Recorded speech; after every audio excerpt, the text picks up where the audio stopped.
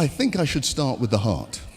If we're going to talk about disease, because heart disease is still globally the biggest killer, why don't we start with heart? What things can we do to prevent or reverse heart disease? I'm sure you're all great students, you've all had it written down, but let me remind you, one of the most important things you can do to reverse heart disease is to have a healthy plant-based diet.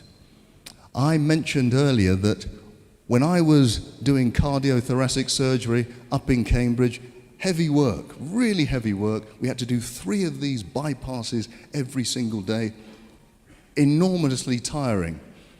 But what we had to do is open up somebody's chest, stop their heart, link it up to a big contraption, and then try and close them all up again. It was a big, big deal. The person would be in pain for months. They'd need rehabilitation. And then, at least if it was a successful operation, they'd be alive. But evidence has shown us from years ago that just by changing your diet into a healthy plant-based diet, no meat, no milk, no refined sugar, those arteries that were closing down can now open up. Now, for me, even today, I've been doing this for many, many years. It's still miraculous to me that you can reverse one of the biggest problems in the world in terms of health just by changing your diet. You can get rid of doctors like me, and you can just replace it with a healthy diet. That is amazing, and I commend it to all of you. Some of you may have heart disease today. You may have an appointment to see a doctor in a few weeks or months. I can guarantee you, if you go onto a healthy plant-based diet today, by the time you see the doctor, you may not even need an operation. I guarantee that's true. I've seen it with my own eyes. So that's heart disease. What about high blood pressure? If I was to ask you, do you know somebody with high blood pressure? Everybody would say yes. It's such a prevalent disease. Now, what few tips have I given you to reverse high blood pressure? Well, plant-based diet is absolutely good. You have to exercise. We've seen Teeny skipping along this very stage, demonstrating how we have to exercise. It's brilliant. Water. I think water is one of the simplest things you can do to lower your blood pressure. Remember the example I gave you. If you were swimming in a lake, that's fine. If you were swimming in a lake of honey, that will be incredibly difficult because it's so thick. And that's what happens to your blood. If you don't have enough water in it, it becomes incredibly thick. You then have to use a lot of energy to push that blood around the system. Therefore, your blood pressure has to rise. Here's something though, going on from the plant-based diet, we said that greens do something quite remarkable in our arteries. They get the interior of our arteries to release a chemical called nitric oxide. That nitric oxide opens up the arteries all over. I told you nitric oxide is the active ingredient of Viagra. Okay, I know none of you have heard of it, none of you need to use it, but I can tell you when it comes to things like erectile dysfunction, rather than reaching for the pill, the best thing to do is reach for those greens. And let me remind you, gentlemen, because this is very important, if you have an episode of erectile dysfunction, you're at a high risk of having a heart attack or a stroke in the next 5 years. So rather than just going to the pill, start thinking about changing your lifestyles. Number 3, cancer. What things have we said about cancer? Well, I always tell people, and I've been speaking to a lot of people in the clinics throughout the weeks, if you have cancer, there are certain things that you must do. Cancer loves sugar. You must eliminate refined sugar. Vitamin D is key. You must have high levels of vitamin D. I recommend 20,000 units per day. Along with that, vitamin C, high dose. I have seen with my very own eyes people on high doses of vitamin C having their cancer reversed. We cannot guarantee it. Don't quote me. You can't guarantee it. But I have seen people on high doses of vitamin C have their cancer reversed. And remember, if you do have cancer, you must seek medical advice. I told you earlier during the week that those people who just say, I just want to go the natural route, often they don't survive. What you must do is seek medical attention and do the lifestyle, and then you have the best possible chance of surviving cancer. Medical attention alone does something, but it doesn't do everything. I remember when I used to be in the hospitals, the doctors would treat you for cancer and then allow you to eat the same foods that would cause cancer. That doesn't make any sense. So hospital treatment is good, but match that with lifestyle change, you've got a great chance of getting through, honestly. Now, what else can you do for cancer? I always say you should spice up your life. Spice up your life. Spices are really the keys to a healthy lifestyle too. They're like nature's natural drugs. The more spices you have in your life, the better your cells are going to be. Turmeric, most of us have heard of turmeric. It's a powerful antioxidant. And if you take away the oxidation of your cells, it reduces the risk of cancer. Ginger is like it. It's also anti-inflammatory. Cinnamon is brilliant. Cinnamon, not only does it lower your blood sugar, which if you have low blood sugar, the cancer doesn't grow too well, but cinnamon is brilliant in terms of fighting off viruses. In fact, they discovered this over 100 years ago. The women who harvested the cinnamon bark never got measles, never got tuberculosis. And cinnamon, if you have anybody in your family who has any kind of viral illness, you give everyone in the household cinnamon, it's less likely that you'll get the infection. Cardamom is very interesting because it actually makes you make more natural killer cells. They have a lethal name, but they do an awful lot of good. They're the white blood cells that defeat cancer. Diabetes. How do you beat diabetes? Definitely you need a healthy plant-based diet. But what else do we need to do? We should, every time you go for a meal and you're a diabetic, as you put your fork down, you should get up and go for a walk. Get up and go for a walk. What does that do? Well, as you're walking, you're using the big muscles in your body. Those muscles will absorb sugar very quickly. And so it will keep your blood sugar levels quite low. You then don't need to release a lot of insulin to deal with the sugar, and that means your cells can become insulin sensitive again. Insulin sensitivity is the opposite of diabetes. It can actually cure diabetes. I've told you quite boldly that anybody with type 2 diabetes does not have to live with it. Type 2 diabetes is completely reversible. Type 1 is more difficult, but type 2, completely reversible. So you do not have to live with it. Change your lifestyle and get rid of it. Okay, autoimmune disease, that was the last talk I did. That refers to all of these antibody diseases that are attacking different parts of the body. There are roughly 400 or 500 of them.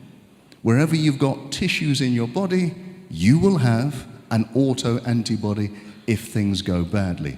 And I must say, although I didn't talk about it, one of the biggest causes of infertility is autoimmune disease. Now, I know people go to the hospital for IVF treatment, absolutely, but rarely do they get to the bottom of what is the problem.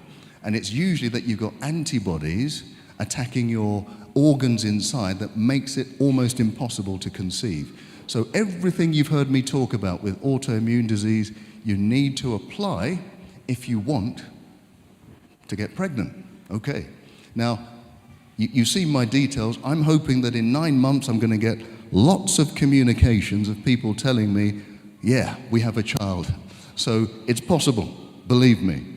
Now, some of the things, if you weren't here the other day, some of the big things that you need to do to get rid of autoimmune disease is get rid of milk, because milk is one of the key factors that generates these antibodies. Deal with stress. Make sure you avoid refined sugar. Have high doses of vitamin D. If you do that, you have a great, great chance. A bit like a little boy called Bart Simpson, don't have a cow man. Stay away from the milk. Okay. Now, this is increasingly a problem on this continent of Africa. Didn't used to be. You go back 50 years, there was very little obesity on this continent in Africa. Now, with all of the imports of Western culture, including Western food and Western lifestyle, we're getting exactly the same problems that they get in the West. How do we defeat it? I always say, get rid of the white stuff. This is not a racist statement, folks. This is not a racist statement. I'm saying get rid of the white rice, white flour, white pasta, and of course that white substance, sugar. You know, sugar, if you look at it from afar, it looks a bit like heroin. And by the way, it activates exactly the same parts of your brain for heroin addiction. That's why giving up sugar can become so difficult. But remember, I did give you some help in overcoming sugar addiction. Remember the Dr. Chidi method, named after some obscure doctor? You remember that? So for those of you who don't remember, let me tell you, when that donut is calling out your name, the worst thing you can do is say, I can't eat the donut. Because if you do that, your brain will just desire it even more. What you must do is say, I will eat the donut, but I'll eat it in half an hour. At the same time, eat yourself an apple. Now that apple will release sugar slowly into your bloodstream, slowly so that you don't get this insulin spike. And after half an hour, you'll have enough sugar in your system to overcome the desire for the donut. You're not looking convinced. If at the end of the half an hour you still want that donut, do the same thing again. At the end of the day, you may have eaten 5 apples. That's okay, that's your 5 a day, right? But even if you fall off the wagon, even if you succumb to the donut, I guarantee you will eat it less frequently than if you didn't try the Dr. Chidi method. What does Dr. Chidi stand for? Don't resist it, choose to have it, but delay it. Dr. Chidi, there you go. Now you'll remember my name, okay? That's the only reason why I did that for you. But seriously, sugar has been a serious business, especially on this continent. We used to be slaves for sugar, now we're slaves to sugar. We need to get rid of the sugar, absolutely. Now, we must not forget dementia. Okay, some of you understood what I was talking about. We must not forget dementia. Okay, I can hear one person, they've understood. Right, dementia, for me, is now one of the most feared diseases around. When I was younger, a younger doctor, it used to be cancer. But now dementia, losing your memory, losing your personality, nobody wants that. It's a fearful thing. The good news is, and there is good news about dementia, it is a lifestyle disease. It is not random.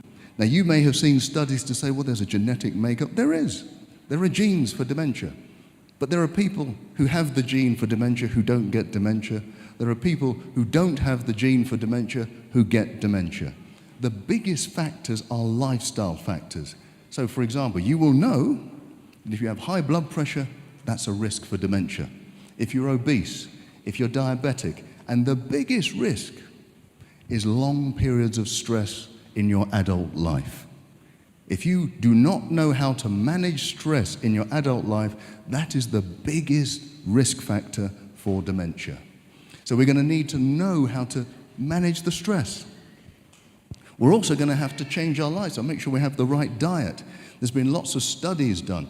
On this continent, actually, there's been a Nigerian study which showed that the more berries you have in your diet, the less likely you are to have Alzheimer's. It's even more significant than that. They have showed that if you have dementia, early signs of dementia, you go onto a healthy diet, have lots of berries, you can reverse up to 90% of the symptoms. Now maybe you've never heard that before. Because most people think, once I've got dementia, it's just a long road down to ruin. That's not true. If you are diagnosed and you change your lifestyle, you can reverse up to 90% of the symptoms of dementia. Talking about stress, we spoke a little bit about depression and anxiety and stress. What little signs can I give you to help? Well, remember what we said. There are triggers for depression. There are triggers for stress. And the big ones are debt, divorce, disease, and death. Now, we can't avoid some of them, but when they come to us, the best thing to do is to not hide away and keep it to yourself. The best thing to do is to get help quickly. The quicker we get help, the quicker we understand that we're not alone, that other people are going through exactly the same thing, the quicker we can cure ourselves or head off depression. What else do we need to do? If you're depressed, you might find it difficult, but one of the ways to break that cycle of depression is to get into some physical activity, whether it's going for a walk, a run, a swim, whatever. Maybe you need somebody to encourage you to do it, but it will break that cycle of depression quicker than just about anything.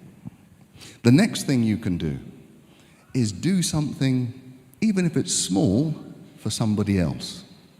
That sounds strange. You're depressed. Why am I going to do something for somebody else? Well, we have shown through scientific endeavor that by doing even a small thing for someone else, it takes your mind off of yourself. And that can break that cycle of that spiral of self-thought. So the more you can do for somebody else, even if you don't feel like it, think of it as if you're doing something for yourself when you're doing something for somebody else. Being kind to somebody else is actually being kind to yourself. What else? I mean, we have to know how to heal from depression, and we've talked about it a lot. Forgiveness. The quicker we can start to forgive ourselves, forgive others, if you're able to do that, it is a quicker release from the grips of depression and stress. Every study I've seen in the last 10 years has an element of letting go of past trauma, of past hurt. The quicker we're able to do that, the greater the chance we're going to be free from depression. And we want to be free from depression. Because in fact, even at the heart of most of these diseases that I've been talking about is a level of stress. Stress makes every disease worse. It doesn't improve one disease. Right, so in fact, we know that disease is what? Dis-ease. So if we want to get rid of disease, we're going to have to start to be at ease with ourselves. We can only do that if we learn to forgive, if we learn to let go, and if we learn to look forward and stop looking back.